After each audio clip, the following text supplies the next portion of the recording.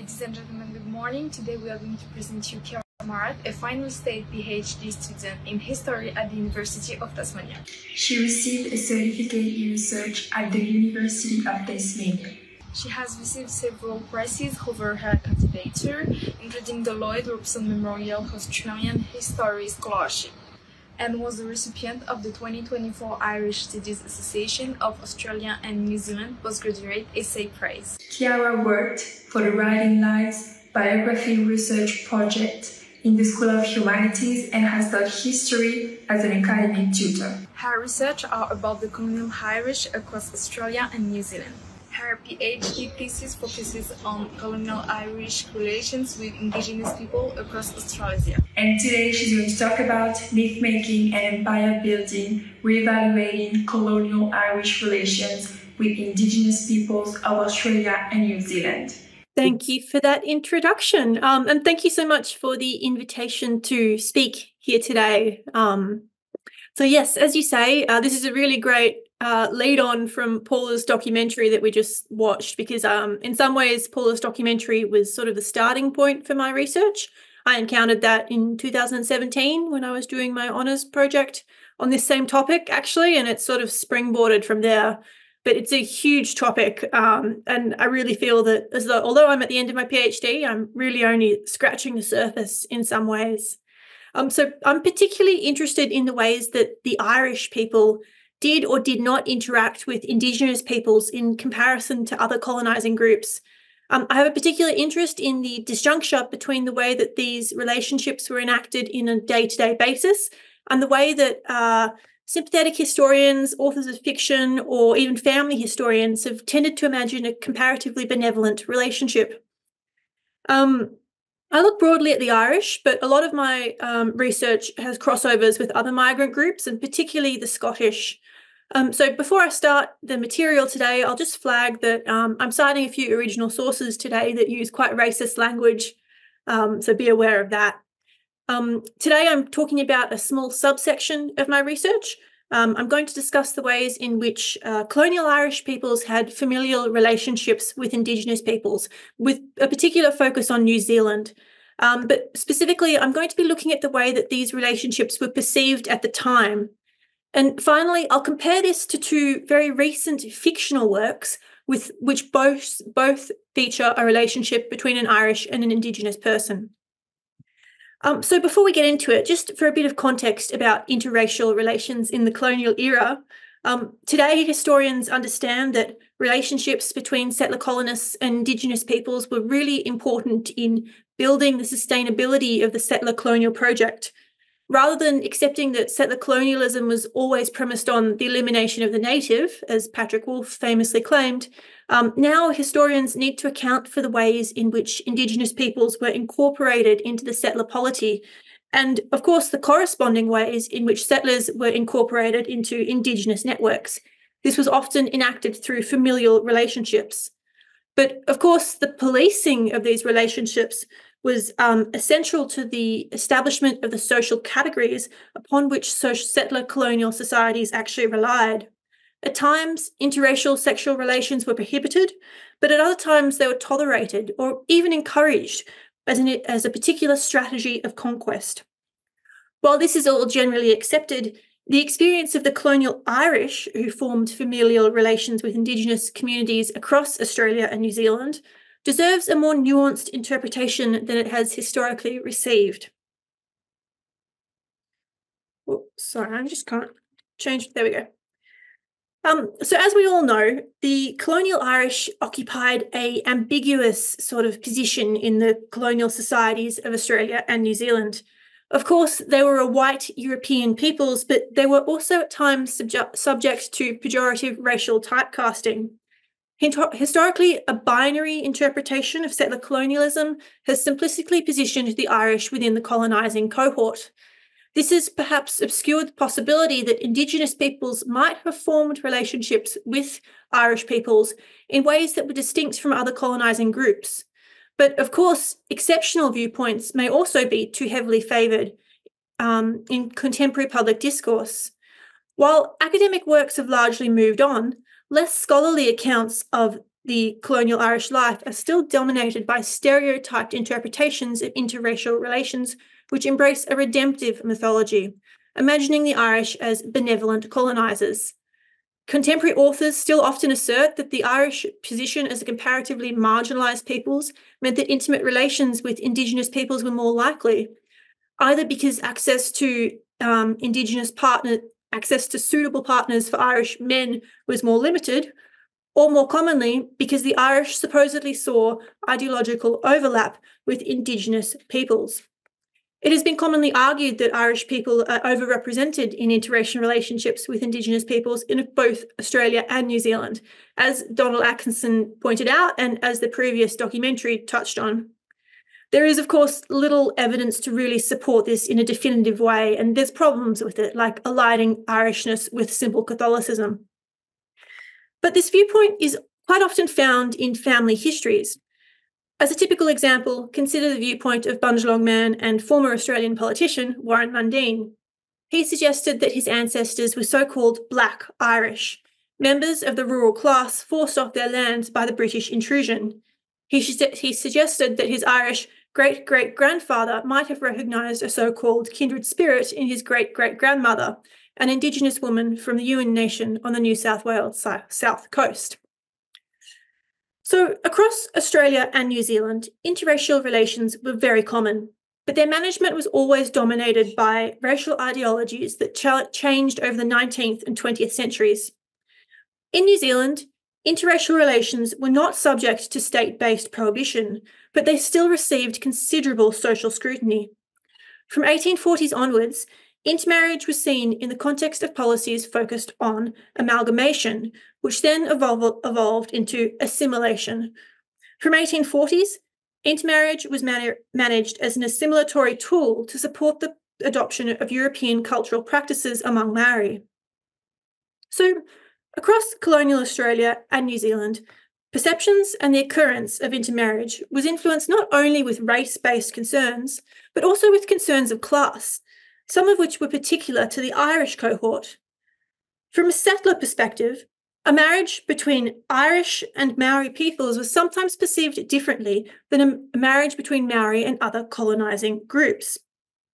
At times, at least from a non-Irish perspective, this interracial format was sometimes seen as more compatible with the assimilatory colonial project. Occasionally, a similar argument was made in 19th century America, where it was sometimes argued that Irish people should marry Black peoples as a means of racial improvement for both partners. In New Zealand, marriage between Irish and Maori was occasionally proposed as an apparent means to alter the more undesirable racial characteristics of both races, while simultaneously preventing racial extinction. This was, of course, contingent on the relative social status of the individuals involved, with considerable difference in the treatment of Irish men and women of different social classes. So, for example, in August 1868, in the context of New Zealand, an anonymous Protestant Irishman writing to the Sydney-based Freeman's Journal warned that there was nothing to prevent the Fenians forming or attempting to form a Maori Hibernia kingdom. The author even suggested that, quote, in a philanthropic point of view, the intermixture of Irish and Maori blood contingent on such supposed confederation is most devoutly to be wished as a means of preserving the noble Maori race from that extinction to which it seems inevitably doomed. So the author viewed hypothetical intermarriage between Irish Fenians and Maori as a political and cultural solution to the oppression experienced by both peoples. This snippet illustrates the tension between the desire to preserve the Maori race and the belief that the only way that Maori could survive was through intermarriage. So, from a white perspective, although European Maori marriage was not officially prohibited, it was still regarded as degrading for the European partner, harking back to the period of lawless early colonisation. Nonetheless, intermarriage could also be viewed as a boon to the broader project of assimilation. In the case of relationships between Maori and Irish, intermarriage may have been understood as a socially acceptable mechanism to moderate the more undesirable cultural markers of both races, like a susceptibility towards disloyalty in the case of the Irish, or a tendency towards so-called savagery in the Maori. Yet this suggestion was reserved for the most undesirable or powerless classes of Irish men and women, like perceived Fenians or perhaps poor Irish women. Marriage between married men, and white women was one way to uplift the Maori race, even if it really only occurred very rarely, with marriage between married women and white men being much more common. Such was the case for the 1877 marriage of Irish widow Sarah Moran and Hirini Waruri Tafunga, a high-ranking Ngāpuhi Nan. Commentators noted that the marriage of a European and a Maori man was unusual and demanded, quote, exceptional notice. They hoped that the marriage would, quote, prove beneficial to both races. Other commentators described it as an experiment in miscegenation that was hoped to bring about a union of the two races and raise the Maori to the higher plane of civilization. From a white perspective, Tafunga was considered a suitable match for a, quote, intelligent, fairly educated European woman, albeit one newly arrived to the colony with few prospects and, quote, little dower, save 5 children from her previous marriage. So the positive reception towards the marriage in the newspapers was assisted by Tafunga's publicly stated amenability towards the assimilation of Maori. He particularly encouraged the removal of Maori children at a young age and their placement in residential English-speaking schools.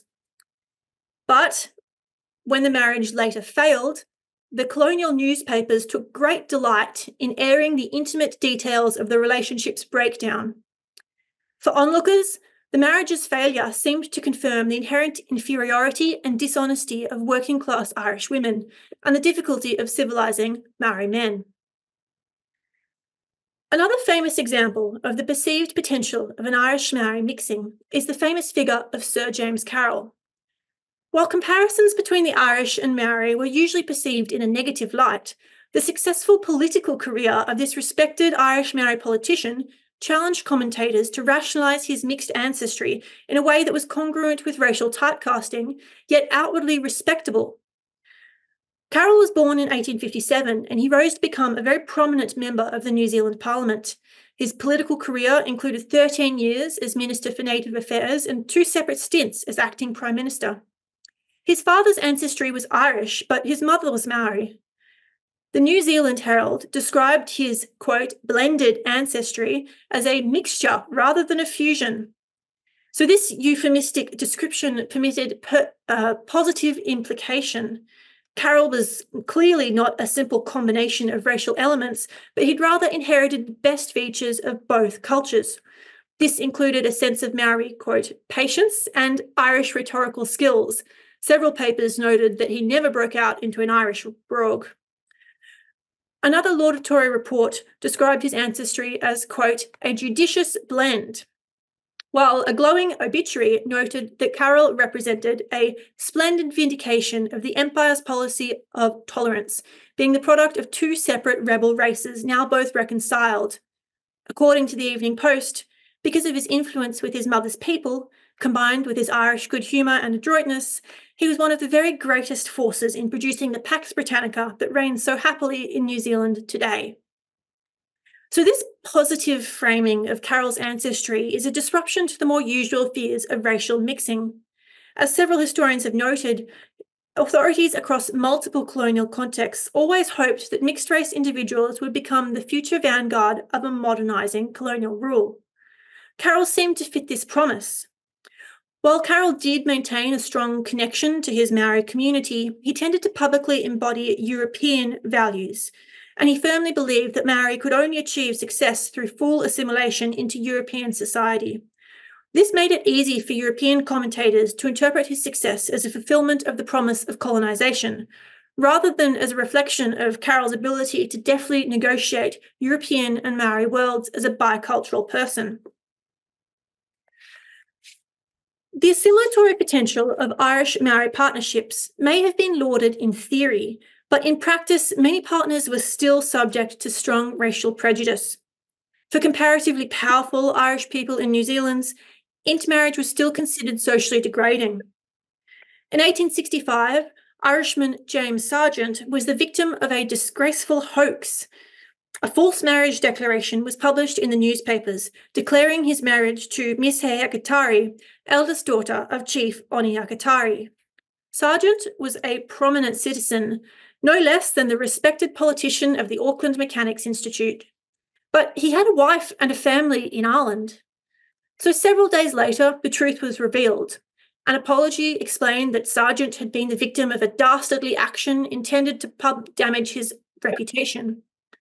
The suggestion that Sargent had engaged in intermarriage, and of course bigamy for those who knew him, linked him to degrading social practices considered appropriate only for comparatively classless Europeans. From a white colonial perspective, intermarriage with Maori might have been an appropriate option for rebellious Irish Fenians or perhaps poor Irish widows, but it was not a suitable prospect for respectable Irish men. I'll now finish by changing tack a little bit and discussing the ways in which Irish Indigenous romantic partnerships are usually depicted in fiction, with reference to two very recent works. So, interracial relationships featuring fringe-dwelling rebellious Irishmen, or occasionally women, have a long history of being romanticised in films and fiction. Many contemporary fictions that depict the colonial frontier still rely on story arcs featuring romances between apparently colourblind Irish protagonists and Indigenous peoples. Often, these relationships are highly implausible for their context. In fiction, and of course sometimes family histories, the Irish partner of this relationship is usually depicted as a morally upright outcast who finds acceptance in an Indigenous community. These relationships embody a more tolerant but highly implausible vision of settler colonialism. This narrative trope does two things. Firstly, it perhaps redeems the colonial Irish from the guilt of colonisation, and secondly, it helps to create a secure sense of national belonging for the modern descendants. It is, of course, understandable that this appeals to descendants, but its survival in broader culture speaks to a greater inability to rationalise the Irish duality as both colonists and colonised. This is the premise of multiple works of fiction. For example, last year, Tom O'Connor's fictional series, Irish Convict.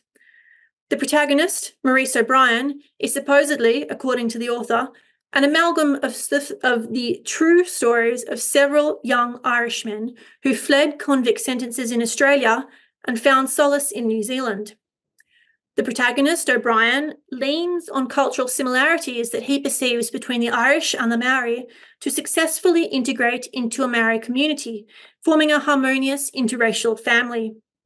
In the author's view, the reason for the protagonist's success and that of the historical examples that the character is built upon was that the Irish arrived in New Zealand without a sense of racial arrogance, unlike, of course, the English. Similarly, this year, Wiradjuri author and academic Anita Heese published Dire Wedja, Rise Up. This historical novel takes place during the Bathurst Wars of the 1820s, a period of major conflict between the Wiradjuri of central New South Wales and arriving colonists. The female Wiradjuri protagonist, Mina, forms a transgressive relationship with an Irish rebel convict, Daniel O'Dwyer. The novel's romantic struggle hinges on the belief that Irish Catholics and Indigenous individuals could transcend racial boundaries and see each other as human beings. In the world of the novel, this is a distinct possibility for the colonial Irish because of their status as reluctant colonisers, unlike the land-hungry, violent English. The book has been critically acclaimed, and rightfully so, particularly for its use of Indigenous language. But while it shows Aboriginal peoples in a nuanced, well-researched light, its depiction of the colonial Irish still largely rests on stereotypes. So, for example, the Irish protagonist, Daniel O'Dwyer, is, of course, a political prisoner. He has a shamrock tattooed across his chest. Several conversations revolve around potatoes, and Daniel consistently uses the term Bonnie Colleen in an endearing way, ignoring the fact that Bonnie is really a Scottish word. So, at the end of this, we have to ask ourselves, does it matter? Does it matter if family histories foreground a story which privilege a nostalgic view of Irish victimhood?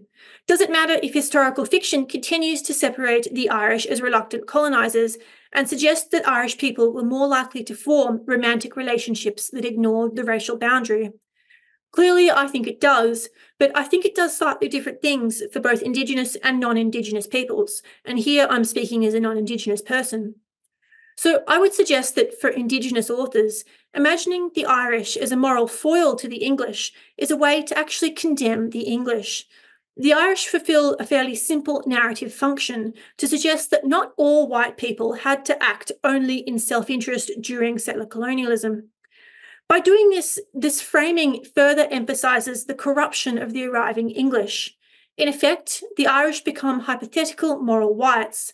And of course, additionally, as Anne McGrath pointed out in that documentary we just watched, claiming solidarity with the Irish struggle can help lend weight to modern anti-colonial movements. But for non-Indigenous authors and descendants, I think it operates a little differently. Suggesting that Irish people were more likely to form harmonious relationships with Indigenous peoples is lacking in historical evidence. But it does operate as a way of soothing the paradox of the Irish status as both colonised and coloniser. By privileging a view of Irish exceptionalism, descendants of the Irish diaspora generate a sense of belonging in their new homeland, while embracing their unresolved double identity. On the one hand, they have identified with the colonised Indigenous peoples and equated their suffering to their own. This can serve as a rhetorical tool. By externally criticising colonialism as a structural process, the Irish can ignore their own role as settlers and underplay the benefits they have inherited as a result. But by also identifying as white Europeans, the Irish can continue to claim historical settler privileges abroad. So, while the scholarship has now come along in leaps and bounds, moving away from generalising Irish Indigenous relationships as comparatively benevolent, this is really yet to translate into the popular consciousness. Most creators still imagine a sense of Irishness defined in shallow opposition to Englishness, rather than by analysing the actions of the colonising Irish themselves. Thank you.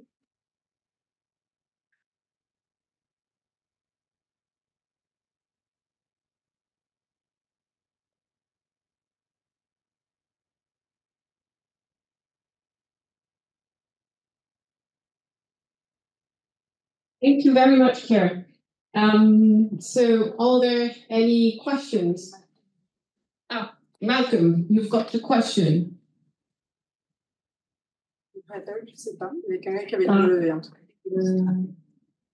So who wants to ask a question online? No? Il y avait une main jaune. C'était quelqu'un qui applaudissait.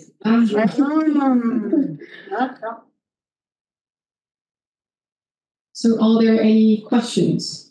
Look here.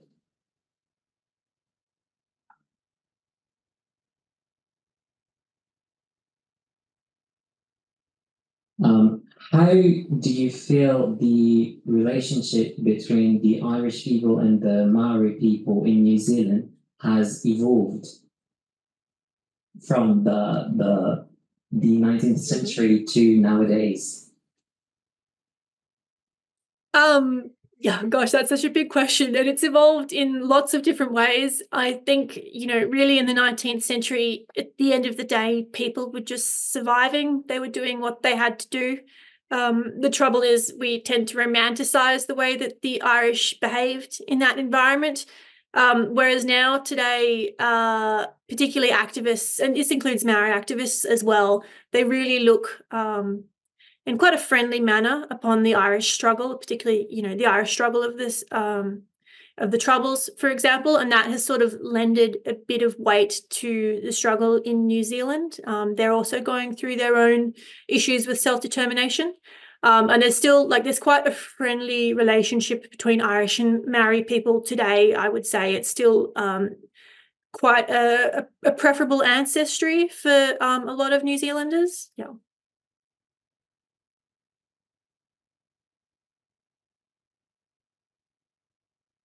Other question?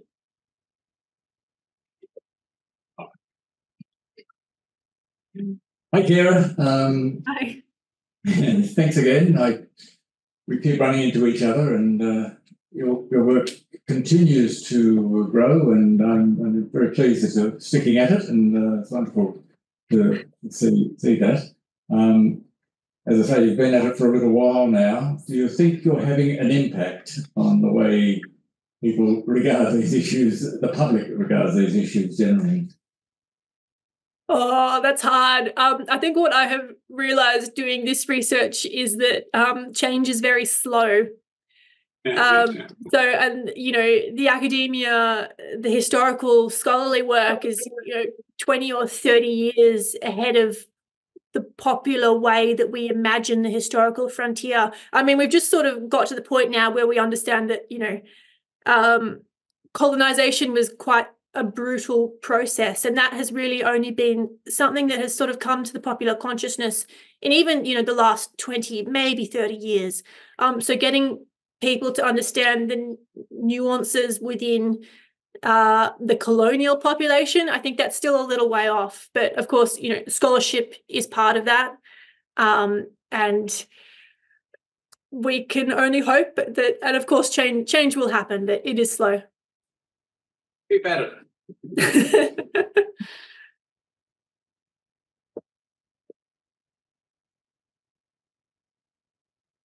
Hi, thank you for your conference. It was really interesting. I wanted to ask you, you talked about how these relationships were perceived within the Irish community, but how was it perceived within the Maori community? Oh gosh, I wish I could answer you that question with a full, deep answer, but I can't because it is very hard to investigate these things from the Indigenous point of view, not just because I'm not Indigenous, but because we really do lack the sources. But on the whole, marriages, even if they weren't an official marriage, marriages between white people, including the Irish and Maori people, were really very common. And they were almost always very much accepted within Indigenous communities. It was, this is a generalisation, but it was perhaps less of a problem for Indigenous communities to have these interracial relations than it was for the settler communities.